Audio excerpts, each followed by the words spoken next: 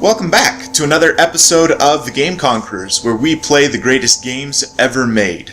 I'm Riley, joined today by Ryan. Hello. And Dan. Hi. And today we are playing the very first survival horror to make its way onto our list. This is Amnesia, The Dark Descent. And we're just going to jump right in here. Whichever one's newest. The darkness. Yeah, and this is going to be interesting because I feel like a great measurement of how good a horror game is how badly it scares you. It's pretty hard to get scared when you're three dudes sitting around on a Saturday morning. But it is Playing a game. It is 3 in the morning, so it's dark at least. Liar. We always record these episodes in the middle of the night. Yeah.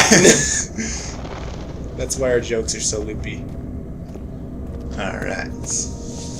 So, this game's awesome. That's all. That's all I have to say. Alright, so that's it. This game's awesome. We'll see you guys next time. Yep. So does this game have something to do with like some kind of like, I don't know, like cult or something? With some kind of... some I don't like know. cult or something that like worships the planets or whatever? No. No? I was just looking at the loading symbol and it had like the different solar system symbols from like way back in the day. I'm trying to piece it together. So. Where did the tyrant go? Did we start at the beginning here? Is that... No. Okay. That wine will last us a lifetime! Or at least until tomorrow! So, the thing about this game, it's absolutely terrifying if you play by yourself in the middle of the night with the lights out, with headphones on, which is how the game tells you you're supposed to play it. It like has a script that doesn't let you play unless it's the middle of the Yeah. night. Only let the game open between 1 and 4 a.m. Like, It looks at your system clock. Chest is going to burn! no, it checks with like an online time thing, so you can't even change your you system can't even clock. change your system My clock. God! Wilhelm, do something! So like the stuff that you're hearing, is that what happened in the room? Yes. Not getting out of here. How can you say that? Dan's played a survival horror game or two before. Let us out of here! I like the survival horror games. So the thing with this game that oh crap, that kind of sets it apart from other survival horror games, especially from the older Resident Evil and stuff, is you don't get a gun. You don't get a weapon at all. And so the whole game is, if you see a monster, which if we're lucky, we'll see one in this episode, you just hide. You run and hide and you try to stay alive, and it's absolutely terrifying.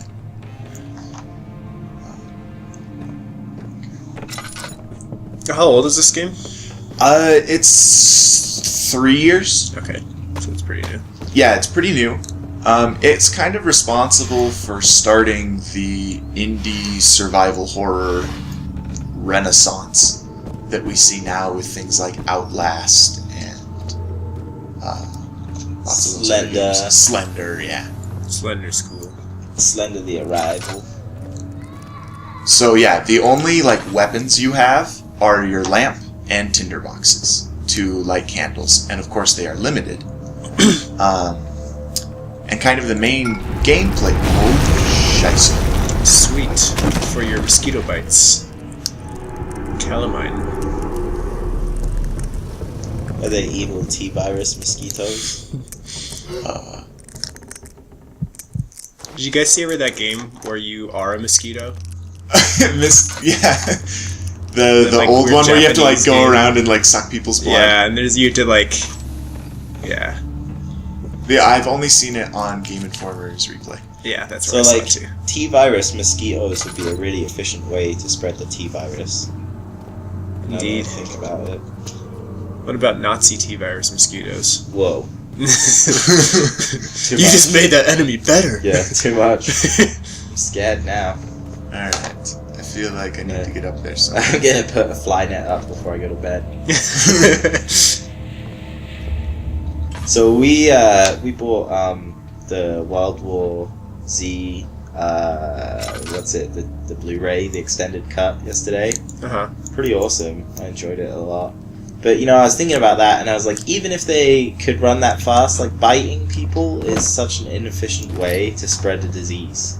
yeah, they need to be able to like scratch them or something. Yeah, I was like, you know Or, what, like, sneeze on them. if it was like a bite thing, like the zombie apocalypse would never happen if you had to get bit to turn into a zombie, because it's so easy to like not be bitten by something, you know? Well, I don't know. Those guys could book it, man. There's so many, like, dozens of reasons why the zombie apocalypse would never happen that I think, like, biting is the least of their concerns. I mean, it's true. They did like sprint super fast in that film and stuff, and they were kind of like worker ants, like going up the wall or whatever. But still, it's like I assume up here is where I need just to don't get to. bit. You know, like it's not that hard. Yeah. Just, I mean, in the film, Jerry like puts the, like duct tapes magazines to his arm so he doesn't get bit and stuff. I'm like, come on, like you'd think people would have figured that out. Like, hey, if we just don't get bit, we're all right. So turns out I don't remember where to go. But anyway, the director's cut of that film was pretty awesome. What did it change? It just like the zombie attack scenes have some extra shots in them and stuff. Yeah. And there's like a little bit more gore in it. Not to the point where it's like really ultra disgusting or anything like that, you know? But I think just because like Disney helped make the movie or whatever, they wanted to keep it, Yeah. Relatively family friendly. Yeah. Disney helped with that one? I think so. That's weird. That is. I remember like when it was first announced, a lot of people criticized it because they're like, Disney can't make zombie films. They're all angry about it. I love the Half-Life floating things in front of you when you pick them up thing. Like, it's funny how Yeah. many games that's moved into and everybody's okay with it. That's Yeah. how I pick things up. Oh, really? Yeah. Come on. Why didn't you do that when I helped you move the other day? It would have been so much easier. I was trying to be old school. There you go. Because if you knew I could do that, you wouldn't help me. Oh, crap. That's true. So I feel like there's got to be a much better way to do this here, but I don't remember what it is, and I Are we sure that's apologize. where we're supposed to go? Well, I got to get out of this room somehow. Stay. There you go. Come on. Crouch jump. Try and just, yeah. Ugh! And there's where the problems with that Half-Life style picking up come in. I Come swear on. you're making that. Like, Ah. This is lame. I'm sorry, guys. I feel like I can't move this thing, can I? Oh, yes, I can. here you go. There we go. Maybe we could just walk out the door. Yeah, shut up. You know, we did a great job of showing people how good we are at games when we play these games. Yeah, we really excel, don't we? So believe it or not, this is a genuinely scary game, guys. I promise. Oh no, I believe you. Like, the atmosphere and like the ambient noise is pretty creepy. It is creepy as heck. And I really hope we get to show you a monster, because those moments. I have a funny story about this game. I was playing this with a friend named Xander, and I told him how scary of a game it was. And so he's like, well, I gotta see it. I don't believe you. So we're sitting there playing together, and we are completely just dead silent as we play this. And my wife, Rachel, It's like the middle of the night, and Rachel was gone. She comes in the door right as a monster jumps out to get us, and just right as she walks in, I go, "Oh, shit!" And she's like, "Well, that's an introduction." It was pretty funny. So right now we're gathering together a bunch of alchemy stuff because we're gonna need it to. So how come you can't pick up those little hammers for like weapons? Because they don't want to give you weapons. That's really pretty silly, if you ask me. that's really all there is to it. So while we're playing a survival horror, I've got to, at least I'd feel remiss if I didn't mention that I'm really excited for The Evil Within, for Shinji Mikami to get back on the old horse and make a survival horror game. And I'm hoping that it is as good of an experience as it looks so far from the stuff they've released. It looks really, really good, and I'm really excited to play it. Yeah, it definitely looks like it's got the creep out factor down. Creep out! Thank you, Ryan. Yeah. I don't know what that added, but I feel so like are you that added like a great in deal. a harbor or something? We are in a castle. Oh, it's a castle. Okay. So the story behind this, that's right. This is the drug dealer's castle. Yes, This is why we're finding all the drugs. the drug dealer's castle. Very successful drug dealer. Yeah. Okay, I think, unless I'm greatly mistaken. Do you know who the most successful video game villain is? Bowser. Because he always steals the princess. That's pretty hardcore. So I've got Like three things. kids that just want to be like their dad. So he's got a good family and everything. He's pretty wealthy too to afford all those airships and crap. So He does always lose. he's not doing too bad for himself. So- Even the Boo Ghosts want to be him. Men want to be him, women want to be with him. Yeah, did you guys- Bowser. You guys So know this the, freaks me out every time. I don't even know what it is. It doesn't explain what it is, but it's just like, It's coral. Dude, there's like zits everywhere. yeah, it's not They cool. just pop on you. It's gross. And unless I'm gravely mistaken, I've got to get back in this laboratory. So, sorry, you were saying we were in a castle. Oh, so the plot behind this game is actually really cool. You wake up, it gives you no explanation, no anything. You just wake up, you're in first person, you're in a castle, and your journal says, follow the liquid trail. And there's this little purple trail that looks vaguely like blood that you follow. And as you follow it, of course the castle creeps you out, and there's like scary ambient noise, and you know it's a survival horror game, so you're just totally getting yourself freaked.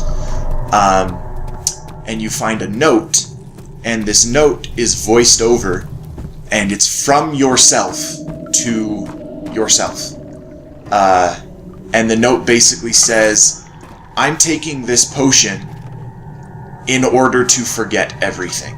And know that I'm doing this out of choice, because I want to forget, I need to forget, but you can't leave this castle until you kill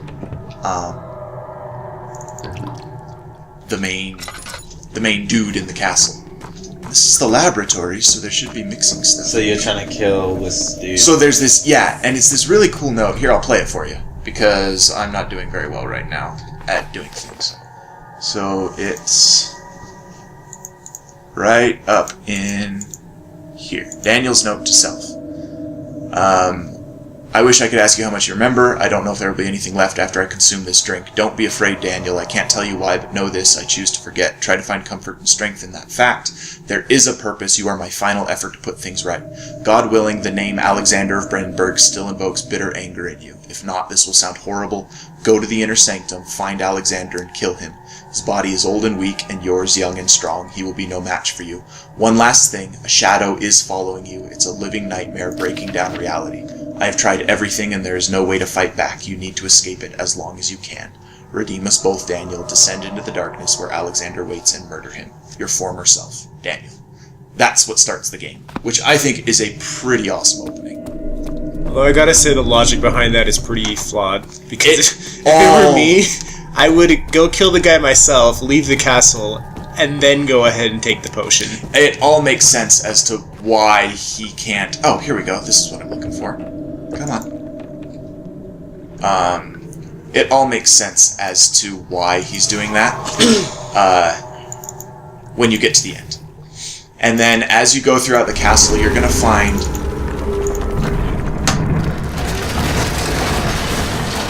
Some powerful calamine. all your old diaries and stuff. That's right. There we go. You need to find all your old, you'll find all your old diaries and stuff, and it tells this whole story about, what happened and all this history, and so you're going through trying to remember everything, and it's super cool. So how long is this game? You can beat it in about 4 hours if you know what you're doing. Okay. If you speedrun it, it can be done in 27 minutes. Probably. Sounds like Super Metroid. Come on, Dan. Everyone knows that's 28. Sorry. That's in-game minutes.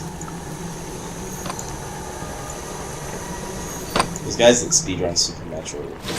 Yeah. Like Joey. Joe's a beast in training. Yeah. He's a bit. A bit. Beast in training. Resident bit. We're gonna have to start calling him that. Just going to work on Monday. Hey, what's up, bit? So, this castle's falling apart. Is that, like, the stuff that's going on in your mind kind of deal? Like that dark shadow? Oh yeah, so one of the big gameplay things I probably should have explained is, when you're in the dark, you go insane. When you're in the light, you don't go insane, but monsters can see you. And so there's this constant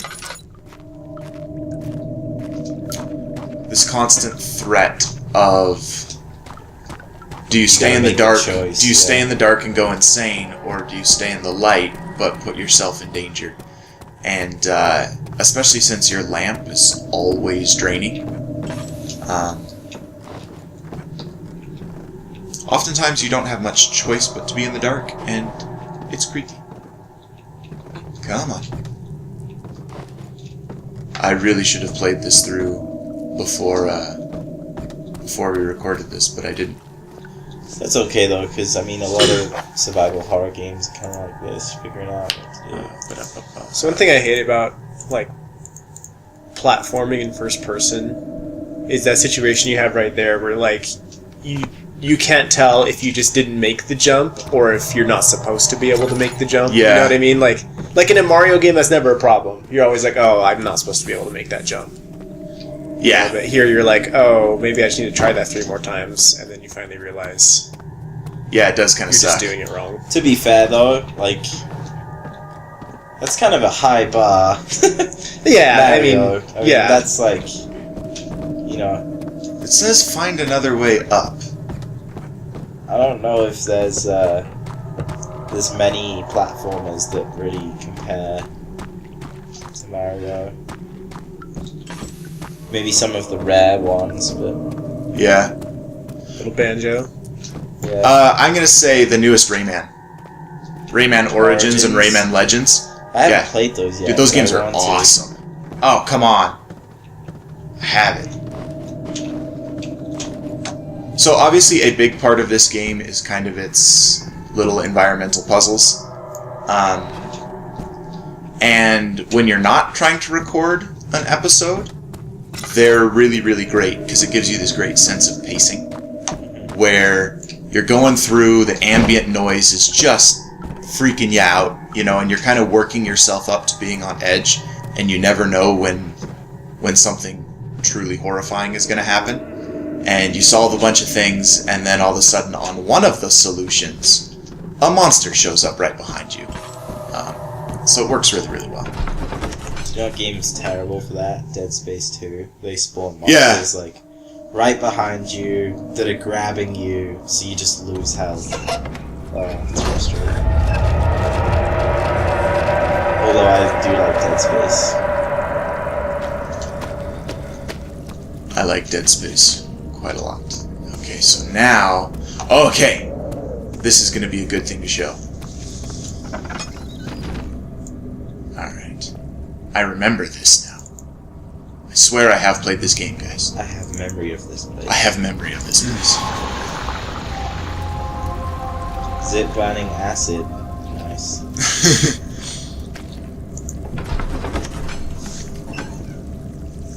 So, I had something I wanted to bring up. It is not relevant to this at all. But I was on Game Informer the other day, and believe it or not, Dan Reichert said something very profound, which I never thought I would say that. But he said something quite profound.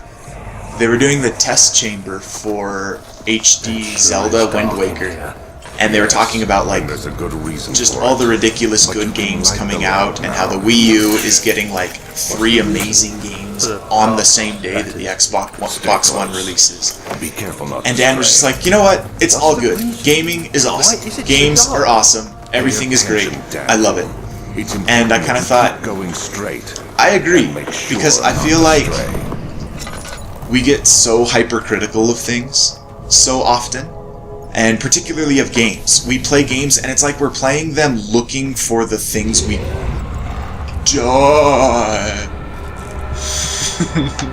don't like about them. Instead of just like, hey, it's a game. Enjoy it. And I just wanted to bring that up and see what you guys think. Because, like, when I played The Last of Us, I loved every minute of The Last of Us, but there was this little part of me that I couldn't turn off. That was like, oh man, here's the little tiny thing I would fix. Here's the little tiny thing I don't like. And I don't think that's a good thing. So I found that like I'm really kind of selective over the games that I play, to the point where like if I'm playing a game, like I get really into it and I don't really look for flaws, you know? Yeah. So I really like I genuinely enjoy all the games that I play, and I returned to England. you know, I think it's awesome that there's just so much content that people have access to these days, you know. I do think that a lot of it is like crappy content, you know, but at the same time it's like there's still lots of good content too, you know, and if you're smart, I think what like frustrates me is that I just wish that people were more smart about like, you know, what they spent their money on as far as games went, and then that would filter out a lot of the rubbish, I think. Yeah. But I mean, it doesn't affect me, you know, like it's not like I'm buying crappy games that I don't like, so it's fine. Yeah. I feel like you go on IGN, you go on Game Informer, and there's just so many like, this game's terrible, Xbox One sucks, PS4 sucks, PS whatever. It's like, it's all gonna be awesome. Like, it's all cool, gaming is amazing, we have more ways to game than we've ever been able to in the past. I am genuinely getting freaked out and I'm talking.